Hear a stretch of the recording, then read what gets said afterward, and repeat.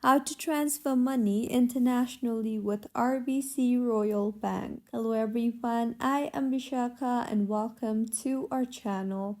Now let's get right into the tutorial. Transferring money internationally with RBC Royal Bank can be done by the following steps. First, online banking. Access your RBC online banking account and then navigate to the Transfers option. Find the Transfer section and choose the option for sending money internationally. Now enter your details.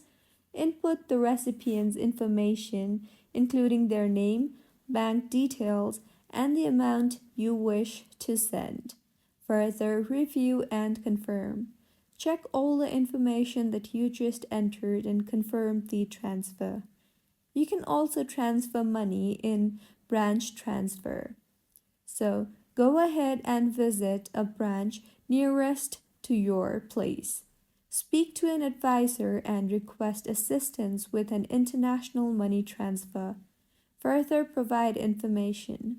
Fill out the required forms with the recipient's details and the amount. Now complete the transfer and submit the form and make any required payments. Make sure to check fees. Be aware that international transfers usually incur fees.